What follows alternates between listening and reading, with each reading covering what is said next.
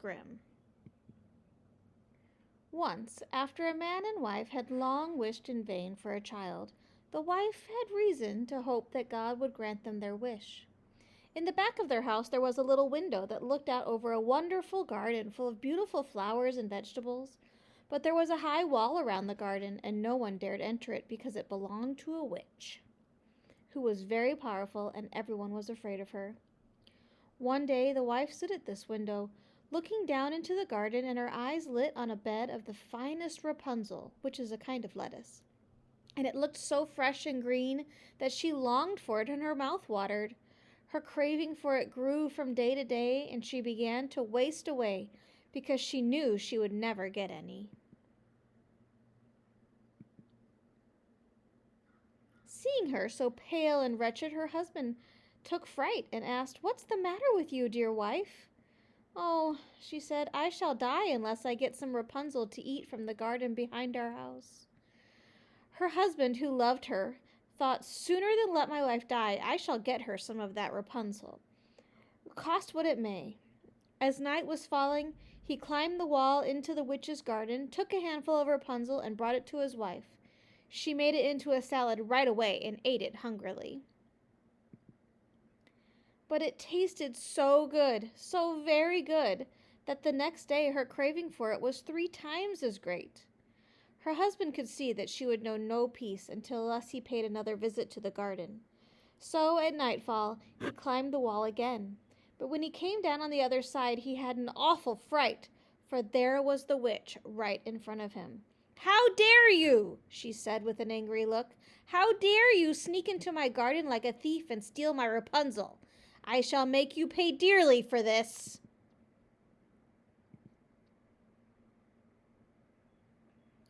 "Oh, please," he said, "please temper justice with mercy. I only did it because I had to. My wife was looking out of the window, and when she saw your Rapunzel, she felt such a craving for it that she would have died if I hadn't gotten her some." At that, the witch's anger died down, and she said, "Well, if that's how it is, you may take as much Rapunzel as you wish, but on one condition, that you give me the child your wife will bear. It will have a good life, and I shall care for it like a mother."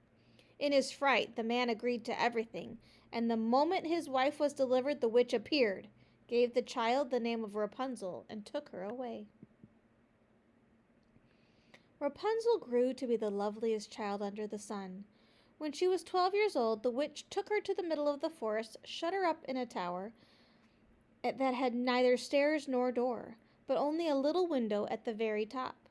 When the witch wanted to come in, she stood down below and called out, "Rapunzel, Rapunzel, let down your hair for me." Rapunzel had long, beautiful hair as fine as spun gold. When she heard the witch's voice, she undid her braids, fastened them to the window latch, and they fell to the ground 20 yards down, and the witch climbed up on them.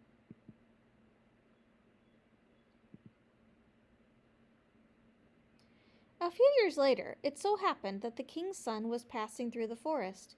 When he came to the tower, he heard someone singing, and the singing was so lovely that he stopped and listened.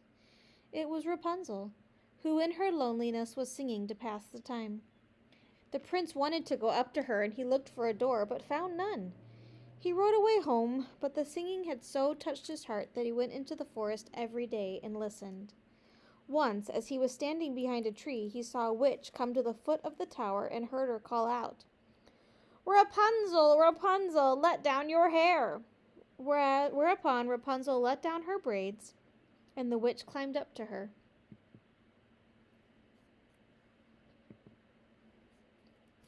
"Aha," he thought, "if that's the ladder that goes up to her, then I'll try my luck too."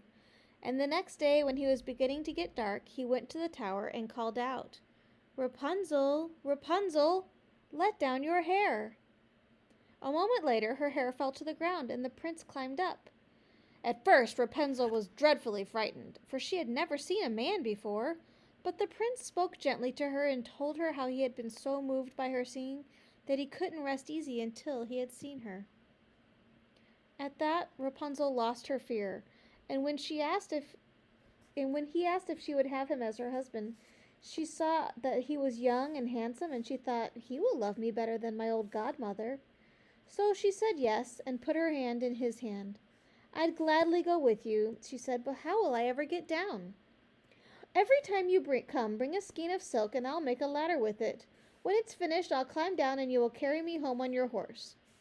They agreed that in the meantime he would come every evening because the old witch came during the day. The witch noticed nothing until one day Rapunzel said to her, "Tell me, godmother, how is it that you're so much harder to pull up than the young prince? With him it takes a minute." "Wicked child!" cried the witch. "What did you say? I thought I had shut you away from the world, but you've deceived me." In her fury, she seized Rapunzel's beautiful hair around her left hand and picked up a pair of scissors in her right hand. Snippety snap went the scissors, and the lovely braids fell to the floor.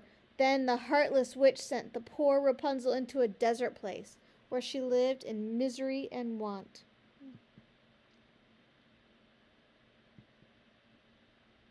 At dusk, on the day she had sent Rapunzel away, she fastened the severed braids to the window latch. And when the prince came and called, "Rapunzel, Rapunzel, let down your hair," she let the hair down. The prince climbed up, but instead of his dearest Rapunzel, the witch was waiting for him with angry, poisonous looks. "Aha!" she cried. "You've come to take your darling wife away, but the bird is gone from the nest. She won't be singing any more. The cat has taken her away, and before she's done, she'll scratch your eyes out too. You've lost Rapunzel, and you'll never see her again." The prince was beside himself with grief, and in his despair he jumped from the tower. It didn't kill him, but the brambles he fell into scratched his eyes out, and he was blind. He wandered through the forest, living on roots and berries and weeping and wailing over the loss of his dearest wife. For several years he wandered wretchedly, until at last he came to the desert place where Rapunzel was living in misery with the twins she had borne, a boy and a girl. He heard a voice that seemed familiar, and when he approached, Rapunzel recognized him, fell on his neck, and wept. 2 of her tears dropped on his eyes, which were made clear again, so that he could see as well as ever.